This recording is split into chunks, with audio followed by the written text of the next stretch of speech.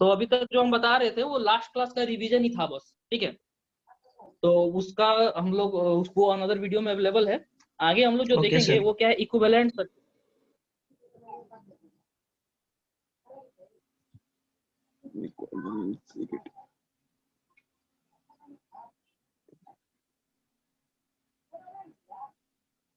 ठीक है, तो देखो ट्रांसफार्मर के बारे में, करंट ट्रांसफार्मर भी हो चाहे कोई भी ट्रांसफार्मर हो, बेसिक स्ट्रक्चर हम तुम लोग को बताए थे कि ऐसा होता है ना।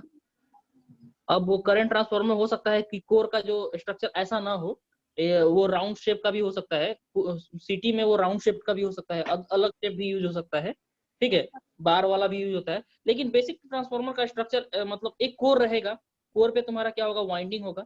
अब ये हो सकता है कि सिटी में ये होता है कि वाइंडिंग तुम्हारा सिंगल टर्न हो सकता है या फिर बहुत कम टर्न हो सकता है ना। और सेकेंडरी में नंबर ऑफ टर्न्स ज्यादा रखते हैं हम लोग, ठीक। तो जो भी हो, लेकिन प्राइमरी और सेकेंडरी नंबर ऑफ टर्न्स तो होगा, इधर का होगा N1, इधर का होगा N2।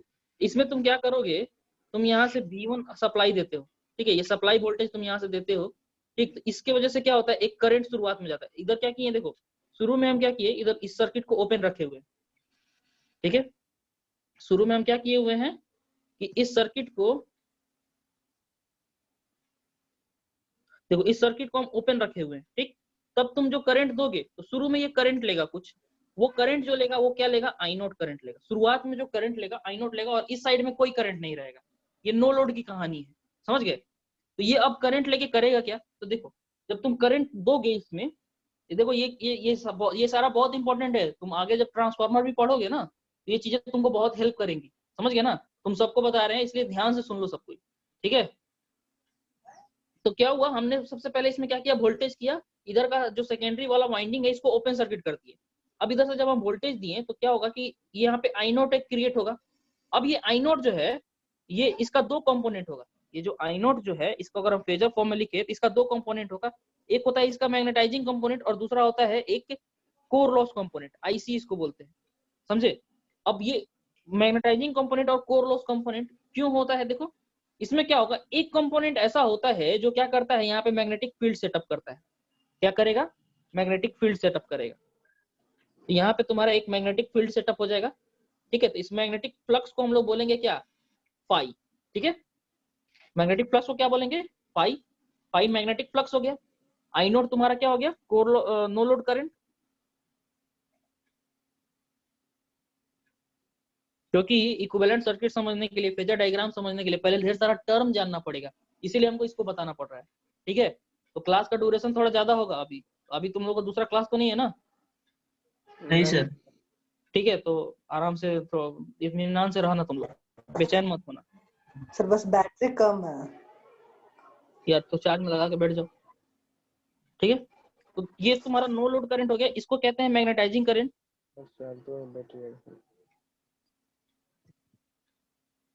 ठीक, इसको क्या कहते हैं, कोर लॉस कंपोनेंट।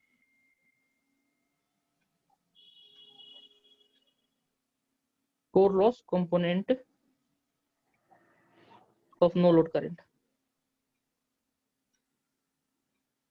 ठीक। तो देखो होता क्या है, होता ये है कि ये यहाँ पे जो तुम्हारा आई नोट गया, इसका दो पार्ट हो गया। तो आई एम जो है ना, ये क्या करता है, क्रिएट्स फ्लक्स। ये जो आई एम है ये क्या करता है, फ्लक्स क्रिएट करता है। ये फ्लक्स फाई क्रिएट कर दिया, समझ गए। I M flux phi create कर दिया। ये क्या करता है ना, ये जो होता है ना, अब देखो यहाँ पे ये वाइंडिंग है, तो इसमें लॉस होगा कि नहीं जी, आइए इसमें लॉस होगा तुम्हारा, ठीक है। इस वाइंडिंग में कुछ ना कुछ लॉस होगा ना, तो वो सारा लॉस का रिस्पॉन्सिबिलिटी किसका है, इस आईसी का, ठीक है। इसमें हिस्टैरिसीस लॉस होता है, एडी करंट लॉस होता है, वो सब लॉस तुम लोग को फ्यूचर में पढ़ना होगा किसी दूसरे सब, मतलब जब तुम मशीन पढ़ोगे तो वो सारा लॉस तुम्हारा इसी के अंदर में इंक्लूडेड हो जाता है, ठीक। तो ये तुम्हारा हो गया। तो ये शुरुआत में हो गया। अब इससे जब जैसे ही फ्लक्स क्रिएट हो गया, अब अगला स्टेप क्या होगा, जैसे ही फ्लक्स क्रिएट होगा ना, तो यहाँ पे एक ईएमएफ इंड्यूस्ड हो जाएगा, ठीक है। ये E1 इसको हम बोल सकते हैं, ठीक। इसके आरएमएस वैल्यू को हम लोग, इसको तुम ऐसे भी लिख सकते हो, देखो प्लस माइनस, इसको E1 हम ऐसे दिखा सकते हैं। इधर भी वोल्टेज, इधर एक ईएमएफ इंड्यूस्ड हो जाएगा, और साथ साथ एक इधर भी ईएमएफ इंड्यूस्ड होगा, इसको हम लोग E2 बोल सकते हैं, समझ गए। इसको क्या बोल सकते हैं, E2 बोल सकते हैं, इसको E1 बोल सकते हैं, ठीक। अब इधर वोल्टेज जनरेट हो गया, ठीक। तो देखो अभी तक का जो सर्किट होगा ना, उसका देखो कैसे फेजर बनेगा। ठीक है। चलो इस सर्किट को, इसको देखो, इसका इक्विवेलेंट सर्किट हम लोग कैसे बना सकते हैं पहले वो देख लो। देखो यहां से तुम दिए, ठीक, यहाँ पे मान लो तुम इनपुट दिए, यहाँ पे V1 है ना। अब ये जो वाइंडिंग है ना, इस वाइंडिंग का क्या होगा, इस वाइंडिंग की वजह से इसमें इसका अपना एक इंडक्टेंस होगा, इसका एक रेसिस्टेंस होगा, समझे। इस वाइंडिंग का अपना एक इंडक्टेंस होगा, एक रिएक्टेंस होगा, समझे, इस वाइंडिंग का। तो इसको हम लोग बोलेंगे L1, इसको बोलेंगे R1, समझे। ये L1 हो गया, ये R1 हो गया। इसके अलावा ये I नोट जो कंपोनेंट होगा ना, इसको रिप्रेजेंट करने के लिए हम लोग क्या करते हैं, इसको यहाँ पे शंट में एक मान लेते हैं कि एक रेसिस्टेंस होगा और एक इंडक्टेंस होगा। ये एज्यूम किया जाता है, ठीक, जिसमें ये मान लो इधर करंट हो गया I नोट आ गया। अब इधर जो होगा, इधर जो करंट जा रहा है उसको IM मानेंगे, और इधर जो करंट मान रहा है इसको IC मानेंगे। ये रेसिस्टेंस दिखा रहा है कि ये सारा लॉस जो है वो इस रेसिस्टेंस में हो रहा है। लॉस को कैसे दिखाया जा सकता है जी, रेसिस्टर के रूप में, तो इसीलिए इस सारे लॉस को इसमें दिखाया जा रहा है। और IM क्या है, ये मैग्नेटिक फील्ड को क्रिएट करने में यूज होता है, ठीक। इतना जब आ गया, इसके बाद से तुम्हारा क्या होता है, यहाँ पे टर्न्स होते हैं, ठीक है। इधर टर्न होगा और फिर एक इधर टर्न होगा, समझे। एक इधर टर्न हुआ, एक इधर टर्न हुआ, तो यहाँ पे वोल्टेज कौन सा जनरेट हुआ जी, E1 है ना। इधर क्या जनरेट हुआ, E2, ठीक है। इतना तक तो अभी तो समझ गए तुम लोग, है कि नहीं। Yes sir. चलो अब यहाँ देखो, इस वाले फिगर को थोड़ा हमको और इधर खींचना पड़ेगा। देखो इसमें क्या होगा, अब यहाँ पे, यहाँ अब जैसे जैसे देखो यहाँ पे हम इसका सर, प्राइमरी, हाँ बोलो सर ये L1 और R1 क्या है सर? देखो वो बात समझो। अगर तुम एक वायर ले लिए सिंपल, है ना, यस सर, अगर एक तुम सिंपल वायर ले लिए, इसका अपना एक रेसिस्टेंस होगा कि नहीं, यस सर, जिसका रो L/A देते हैं हम लोग, है कि नहीं। यस तो सर, कोई वायर लिए हो तो उसका अपना अपना रेसिस्टेंस होगा ही, है ना। अब तुम क्या करो, इस वायर से एक टर्न बना दो, ठीक है। इस वायर से क्या करो, ढेर सारा टर्न बना दो, तो रेसिस्टेंस तो इसका भी होगा ही, साथ साथ इसका एक इंडक्टिव इफेक्ट भी आ जाएगा। यस सर, इंडक्टिव इफेक्ट भी आ जाएगा जो फ्लक्स को अपोज करता है, समझे। रेसिस्टेंस क्या करता है, करंट को अपोज करता है, वैसे ही इंडक्टेंस क्या करता है, फ्लक्स को अपोज करता है, समझ गए, समझ गए ना। तो वहां पे तुम्हारा एक इंडक्टिव इफेक्ट यस आ सर, जाएगा यहाँ पे, समझ गए। तो इसीलिए तो L1 और यस सर, R1 जहां भी नंबर ऑफ टर्न्स आया ना, तो L और R दोनों वहां पे एग्जिस्ट करेगा। तो ये प्राइमरी में एग्जिस्ट करेगा, सिमिलरली ऐसा ही तुम्हारा सेकेंडरी में भी रहेगा, ठीक है। तो सेकेंडरी में भी तुमको ऐसे दिखाना पड़ेगा, यहाँ पे L2 हो जाएगा और ये R2 हो जाएगा, समझ गए। अभी हम इसको यस क्या सर, किए, ओपन सर्किट किए हुए हैं। यस सर, तो जब ओपन सर्किट किए हुए तो इधर साइड में कोई करंट नहीं है कि नहीं। इस साइड में कोई करंट नहीं है, और इस साइड में सिर्फ करंट यस क्या सर, फ्लो हो रहा है, आई नॉट ही फ्लो हो रहा है। अभी इसमें सिर्फ आई नॉट फ्लो हो रहा है। अब हम क्या किए, इस सर्किट में अब हम एक लोड कनेक्ट कर देंगे इस सर्किट में, ठीक है। क्या किए, यहाँ से एक लोड कनेक्ट कर दिए। लोड क्या होगा, अब लोड मान लो इंडक्टिव लोड है, अज्यूम करो कि लोड इंडक्टिव है। तो इंडक्टिव लोड जो होता है ना, तुम लोग अभी नेटवर्क में पता नहीं इंडक्टिव लोड के बारे में पढ़े हो कि नहीं। तो इसमें तुम्हारा आएगा, वो तुम्हारा इंडक्टिव लोड में R2 मतलब ऐसे हो सकता है इंडक्टिव लोड, ठीक। तो इसको हम लोग मान लिए कि इसको हम लोग बोल दिए,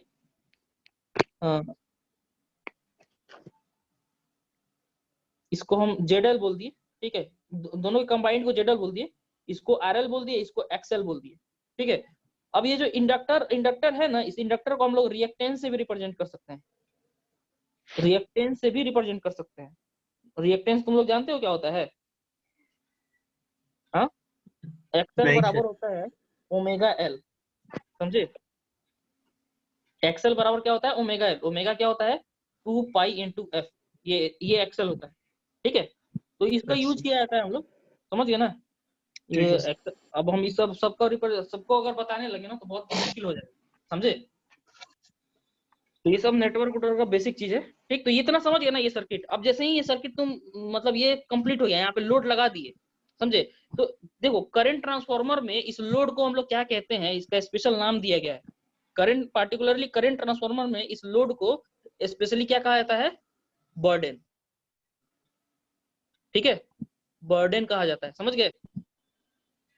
करंट ट्रांसफार्मर में या फिर जो इंस्ट्रूमेंट ट्रांसफार्मर जब तुम पढ़ोगे, उसमें जो लोड होता है उसको बर्डन कहा जाता है, ठीक है। इतना यस, पॉइंट क्लियर हो गया। तो ये यस जो सर, अभी तक सर्किट बना, ये इक्विवेलेंट सर्किट हो गया।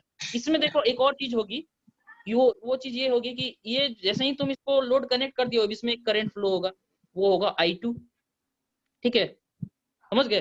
तो ट्रांसफॉर्मर क्या कहता है कि अगर आप ट्रांसफॉर्मर में क्या किए कि अगर आप अगर यहाँ पे आप एक लोड कनेक्ट कर दिया, मान लो लोड को हम ऐसे दिखा दे रहे हैं, ठीक है, तो अगर इसमें करंट I2 फ्लो हुआ, तो इधर अगर करंट बढ़ा ना, तो वो क्या करेगा, एक्स्ट्रा करंट प्राइमरी से ही लेगा।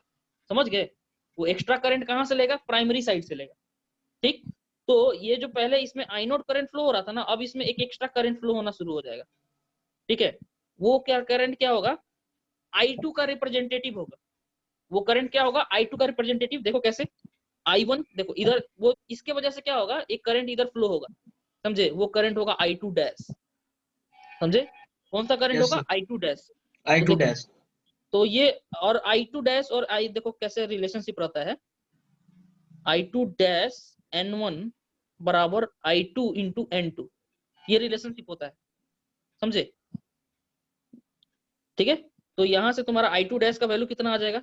I2 multiplied by N2 by N1। ठीक है, तो ये I2 डैश और I1 I2 में रिलेशनशिप होता है। इधर जो करंट होगा, अब पहले जो I0 फ्लो हो रहा था, अब I0 के साथ कितना हो जाएगा? Plus I2 dash. ठीक है, अब इतना करंट इधर फ्लो होगा, तो ये जो कंबाइंड करंट होता है प्राइमरी करंट I1, अब ये होगा। समझ गए? Yes sir. ये I1 होगा। अब तुम लोग सोचोगे सर आप यहाँ पे ये रिलेशनशिप हमको दिखाए हैं, लेकिन आप शुरू में हमको बताए हैं कि सर शुरू में तो आप हमको ये बताए थे I1 और I2 में ऐसा रिलेशनशिप होता है ना? ठीक है, शुरुआत में हम ऐसा रिलेशनशिप तुम लोग को दिखाए थे ना। तो जब ये जब रिलेशनशिप बताया ना, इस समय मैग्नेटाइजिंग करंट I0 को इग्नोर किया गया है, तब जाके ये है ना? इसको इग्नोर कब किया जाता है? जब हम ट्रांसफार्मर को रियल क्या समझते हैं, आइडियल ट्रांसफार्मर समझते हैं। समझ गए? तो आइडियल ट्रांसफार्मर में I0 नहीं रहता, समझे? लेकिन प्रैक्टिकल ट्रांसफार्मर में I0 कुछ ना कुछ परसेंटेज होता है। मान लो 5% हुआ टोटल करंट का, तो उस 5% को बहुत टाइम क्या किया जाता है, इग्नोर भी कर दिया जाता है। समझे? तो अगर I0 जो हमारा 0 रहेगा, ठीक है, तुम्हारा यही रिलेशनशिप तुम्हारा लागू हो जाएगा। समझ गए? तो ये पार्टिकुलरली इतना चीज होता है ये इक्विवेलेंट सर्किट में। समझ गए ना? यस तो सर। यहाँ पे E1 है, तो अब यहाँ पे इसके वजह से यहाँ पे मान लो एक E1 है, इसमें करंट जाएगा, तो यहाँ पे वोल्टेज, इसके अक्रॉस एक वोल्टेज ड्रॉप आएगा ना, इसको हम लोग मान लिए VS। ठीक, इसको VS मान लिए, कोई दिक्कत? सेकेंडरी का वोल्टेज मान लिए इस साइड का। ठीक है, कोई दिक्कत नहीं। ठीक है, अब क्या होगा, ये तुम्हारा इक्विवेलेंट सर्किट हो गया। ठीक है, ये क्या होगा? करंट ट्रांसफार्मर का इक्विवेलेंट सर्किट हो गया। अब इसका फेजर डायग्राम बनाना है, लेकिन फेजर डायग्राम से पहले तुमको क्या समझना पड़ेगा, इसका इक्वेशन समझना पड़ेगा। ठीक, लेकिन हम लोग उतना नहीं देखेंगे, हम लोग सीधे सीधे फेजर डायग्राम पे चलते हैं। तो ये इक्विवेलेंट सर्किट हो गया। ठीक है, यस सर। इसको अब इसका फेजर डायग्राम पे आते हैं। फेजर डायग्राम सर इलेक्ट्रिकल वालों को भी पढ़ना है? इलेक्ट्रिकल वालों को ही तो पढ़ना रहता है मेरे भाई। फेजर डायग्राम अभी देखो क्या है ना, इंस्ट्रूमेंट ट्रांसफार्मर टॉपिक दे दिया है ना, तो तुम कुछ नहीं कर सकते कि क्या पूछ सकता है। तो टॉपिक मेंशन कर दिया है, वो बोला नहीं है कि इसमें कितना पढ़ना है। समझे? इसीलिए देख ही लो, बेहतर है। और वैसे वैसे भी फेजर डायग्राम तुमको मशीन में तो इतना पढ़ना है कि तुमको जानना ही है उसको। मशीन में तुमको फेजर डायग्राम पूरा पढ़ना है, मशीन पावर सिस्टम सब में। इलेक्ट्रिकल वालों को तो फेजर डायग्राम से पूरी वास्ता रहेगा। इलेक्ट्रॉनिक्स वाले को फेजर डायग्राम बहुत कम पढ़ना रहता है, बाकी सब सब्जेक्ट में तो उतना फेजर डायग्राम यूज नहीं होता है। ठीक है, लेकिन इसमें आ जाता है। तो देखो फेजर डायग्राम में होगा क्या, सबसे पहले क्या हुआ था जी, हम लोग क्या किए थे, वोल्टेज V1 एक V1 दिए थे, है ना? हम लोग क्या किए थे, सपोज को शुरुआत में क्या हुआ था, एक I0 करंट फ्लो हुआ था। समझे? इसका जो फेजर डायग्राम जब बनाया जाता है तो कुछ चीजें ध्यान दी जाती है। हम लोग क्या करते हैं कि फ्लक्स जो क्रिएट हुआ उसको हम लोग रेफरेंस मान लिए। तो ये फ्लक्स किसके वजह से क्रिएट हुआ जी, बताओ? फाई की वजह से। ये नहीं, ये फ्लक्स तो फाई खुद है, ये IM की वजह से क्रिएट हुआ है। फ्लक्स IM की वजह से क्रिएट हुआ है ना। नो लोड करंट का एक भाई होता है IM, मैग्नेटाइजिंग करंट। समझे? बोलो ना, ये मैग्नेटाइजिंग करंट ही फ्लक्स क्रिएट करता है कि नहीं? ठीक है, ये मैग्नेटाइजिंग करंट हो गया। और एक होता है कोर लॉस करंट। ठीक है, जब तुम मशीन पढ़ोगे ना तो तुमको पता चलेगा ये जो कोर लॉस होता है ना वो तुम्हारा मतलब इन ये दोनों में ये रिलेशनशिप होता है, मतलब ये दोनों 90 डिग्री अपार्ट होते हैं। तो तुम मशीन पढ़ोगे तो वहां तुमको ये पता चलेगा। तो यहाँ पे ये आईसी हो गया, और इन दोनों का जो फेजर सम होता है, समझे, जो फेजर सम वो होता है वो क्या होता है, उसको आई नोट बोलते हैं। ठीक, तो ये तुम्हारा क्या हो गया, आई नोट हो गया। ये नो लोड करंट है ना। तो ये यहाँ yes, और इसके यहाँ से यहाँ के एंगल को बोलते हैं हम लोग अल्फा। ठीक है, यानी कि आई नोट जो है आई एम से अल्फा एंगल आगे है। ठीक है, इतना yes क्लियर sir, है तुम लोग को। yes sir, ठीक, अब देखो एक स्टैंडर्ड जो फेजर डायग्राम होता है उसमें क्या होता है, ये जो आईसी होता है ना, इसी के डायरेक्शन में तुम्हारा जो ईएमएफ है जो जनरेट हुआ, इस फ्लक्स की वजह से एक ईएमएफ जनरेट होता है ना जी, है कि नहीं। इस फ्लक्स की वजह से एक ईएमएफ जनरेट होता है प्राइमरी में, तो प्राइमरी वाले फ्लक्स को हम लोग इधर दिखा सकते हैं। ठीक है, इसको हम लोग यहाँ E1 दिखा दिए। ठीक, और इसी फ्लक्स के वजह से तुम्हारा क्या हुआ है, सेकेंडरी में भी ईएमएफ जनरेट हुआ है कि नहीं। ठीक, तो देखो फेजर डायग्राम जो है ना अलग अलग बुक में अलग अलग मिल सकता है, समझे, क्योंकि वो सिर्फ टोटली डिपेंड करता है कि आप रेफरेंस पोलैरिटी क्या लिए हैं उसके अकॉर्डिंग। ठीक है, तो मान लो मेरा रेफरेंस पोलैरिटी इस तरह से है।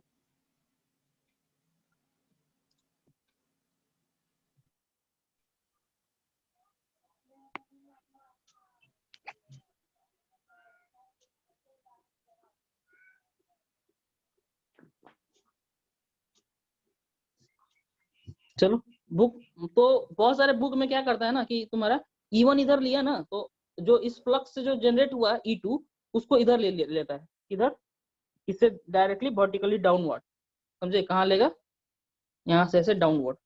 ठीक, ताकि इन दोनों के बीच में 180 डिग्री का फर्क है। और एक चीज ध्यान देना है, प्राइमरी E1 से E2 ज्यादा होगा कि कम होगा, ये बताओ। करंट ट्रांसफार्मर में E1 से E2 ज्यादा होगा कि कम होगा, E2 में नंबर ऑफ टर्न्स ज्यादा है कि कम है, ये बताओ। ज्यादा है सर। ज्यादा N2 है ज्यादा है ना N1 से, इसीलिए E2 क्या होगा, ज्यादा होगा E1 से। ठीक है, से। तो इसके फेजर डायग्राम में यहाँ पे तुमको E2 दिखाना पड़ेगा। E2 तुम्हारा क्या हो जाएगा, E1 से बहुत ज्यादा होगा। ठीक, तो इतना सारा चीज क्रिएट हो गया फ्लक्स की वजह से। ठीक है, अब देखो, अब तुम क्या क्या इसमें ड्रॉ कर सकते हो। अब E2 जो हुआ, E2 की वजह से अब एक क्या होगा कि करंट होगा, है ना। E2 की वजह से एक करंट होगा कि नहीं, यहाँ पे जब तुम लोड कनेक्ट कर दिए हो तो एक करंट होगा। वो करंट मान लो हम लोग यहाँ दिखा देते हैं। ठीक है, इसको हम लोग क्या बोले, I2। हाँ, ये I2 करंट होगा ना, तो ये E2 से इतना इतना एंगल से लैग कर रहा है। ठीक, ये E2 से कितना एंगल से लैग, इस एंगल को मान लिया हम डेल्टा। ठीक है, इतने एंगल से लैग कर रहा है। अब क्या होगा कि देखो E2 के वजह से यहाँ पे एक वोल्टेज ड्रॉप, यहाँ पे VS भी तो आया है, समझे। तो यहाँ पे एक तुम्हारा टर्म आ जाएगा VS, यहाँ पे तुम्हारा एक टर्म आएगा, कलर चेंज कर देते हैं। ठीक है, ये तुम्हारा आ जाएगा यहाँ पे VS। तो VS जो होगा यहाँ से तुम्हारा एक, इसमें जो होगा, अब जो VS आएगा ना इसमें देखो इन दोनों में वोल्टेज ड्रॉप कुछ ना कुछ होगा, समझे। और टोटल मिला के वो वोल्टेज ड्रॉप, यहाँ पे हम इसको ऐसे दिखा सकते हैं, इस वोल्टेज ड्रॉप को ऐसे, फिर यहाँ से ऐसे, समझ गए। ये फेजर डायग्राम में है। ये तुम्हारा हो जाएगा I2 R2, ये तुम्हारा हो जाएगा I2 इंटू JX2, समझ गए। तो ये वोल्टेज ड्रॉप हो जाएगा सेकेंडरी साइड का। सिमिलरली इधर भी तुम्हारा आ जाएगा एक। अब देखो ये I2 जो आया है ना, देखो इधर जो I2 क्रिएट हुआ है, इसके इसके वजह से हम क्या बोले थे, इधर प्राइमरी में क्या होगा, I2 डैश आएगा, बोले थे ना, बताओ। I2 के वजह से जब जैसे ही सेकेंडरी में करंट ड्रॉ होना शुरू होगा, तो इधर क्या होगा, तुम्हारा I2 डैश आएगा। मतलब पहले I नोट था, इधर तुम करंट लेना शुरू किए तो वो क्या हो जाएगा कि तुम्हारा मतलब प्राइमरी में करंट बढ़ जाएगा। कौन कितने से बढ़ जाएगा, ये I2 डैश उसमें प्राइमरी में आने लगेगा, समझे ना। तो इधर जो तुम्हारा क्या होगा, इसके करस्पॉन्डिंग एक I2 डैश होगा जिसका मैग्नीट्यूड इससे कम होगा, समझे। ठीक है, तो ये तुम्हारा मान लिया ये I2 डैश है, ये I2 डैश हो गया। अब क्या होगा तुम्हारा, इधर के I2 को हम लोग थोड़ा और बढ़ा देते हैं। ठीक है, नहीं, इधर का I2 कम होगा, इधर का I1 जो I2 डैश जो होगा वो ज्यादा होगा। ठीक है, ये I2 डैश हो गया। अब इन दोनों का सम जो I0 और I2 डैश का जो सम होगा ना, वो तुमको क्या देगा, I1 देगा। तो यहाँ से हम लोग क्या करते हैं, इन दोनों को ऐड कर देते हैं। यहाँ से जब तुम इसको रखोगे ना, इन दोनों को जब तुम फेजर सम लोगे ना, देखो फेजर सम कैसे लेते हैं हम लोग, इसको पैरेलली यहाँ से डालेंगे। ठीक है, ये I0 के बराबर, तो यहाँ से ये निकलेगा तुम्हारा यहाँ तक जाएगा, तो ये तुम्हारा हो जाएगा I1। ठीक है, I1 बराबर क्या है जी, I0 प्लस I2 डैश। ठीक है, तो ये तुम्हारा बन गया इसका फेजर डायग्राम। इसमें एक और चीज बाकी है, अब इस I1 की वजह से तुम्हारा इसमें एक वोल्टेज ड्रॉप होगा। जो तुम्हारा देखो यहाँ पे ये जो सर्किट है,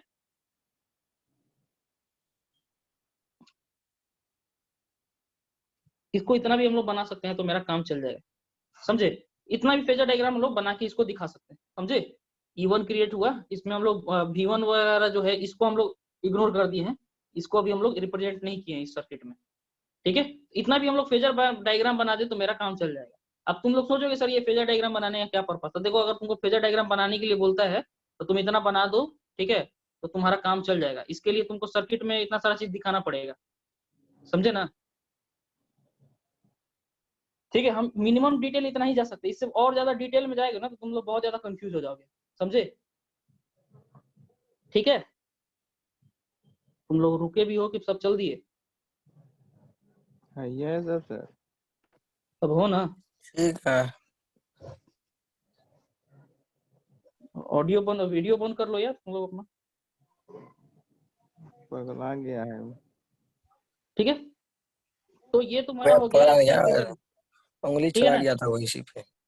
ठीक है, ठीक है, इसका फेजर डायग्राम हो गया और इसका इक्विवेलेंट सर्किट हो गया। तो करंट ट्रांसफार्मर में हम लोग इतना डिस्क्रिप्शन दे सकते हैं। अब देखो बुक में जब जाओगे तो जब बुक में जब तुम्हारा जब दिया रहता है ना, तो उसमें क्या किया रहता है, जब ये सर्किट डायग्राम बनाया रहता है ना, इसमें हर एक ये आईसी को क्या बोलते हैं, आईएम को क्या बोलते हैं, ई1 को क्या बोलते हैं, इस सब का अलग अलग डिस्क्रिप्शन दिया हुआ रहता है, समझे। तो ये बेस्ट फॉर्मूला पे न्यूमेरिकल बताइए ना सर। अभी इस पे फॉर्मूला आया ही नहीं है, समझे। इस पे अभी फॉर्मूला आया ही नहीं, समझे। नहीं तो हम तुमको फॉर्मूला बताए हुए रहते। कॉम्बिनेशन बता रहे हैं N2 N1 का, हाँ, उस फॉर्मूला पे एक भी न्यूमेरिकल ना हुआ है सर।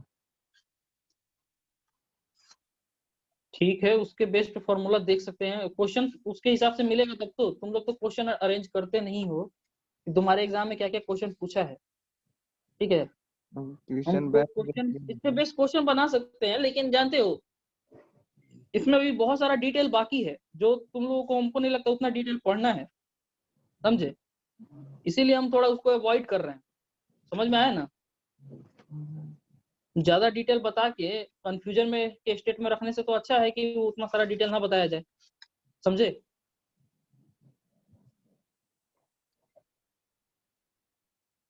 तो इसी फेजर डायग्राम, इस फेजर डायग्राम में हम प्राइमरी वाला साइड का रिप्रेजेंट किए नहीं है, इसको हम अभी अवॉइड कर दिए। हालांकि इसको बनाया जा सकता है, यहाँ से यहाँ से 90 डिग्री पे इधर ले लेते, तो ये तुम्हारा हो जाता है V1। ठीक है, ये तुम्हारा कंप्लीट हो गया।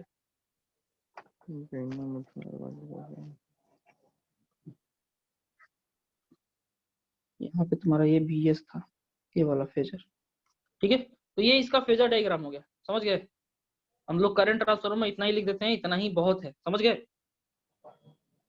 अब क्या इसके बाद से जो नेक्स्ट टॉपिक जो शुरू होगा वो पोटेंशियल ट्रांसफार्मर होगा, समझ गए ना। करंट ट्रांसफार्मर में हम लोग इतना ही पढ़ेंगे, इससे ज्यादा नहीं पढ़ेंगे, ठीक है ना।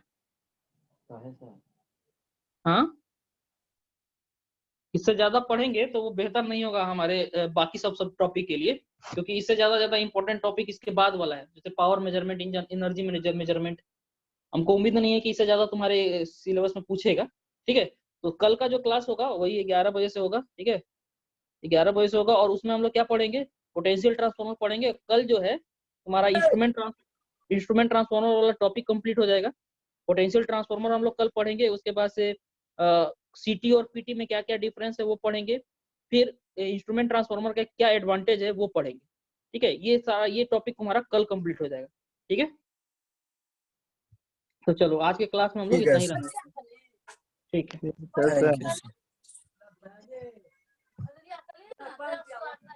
Thank you sir. Thank you everyone.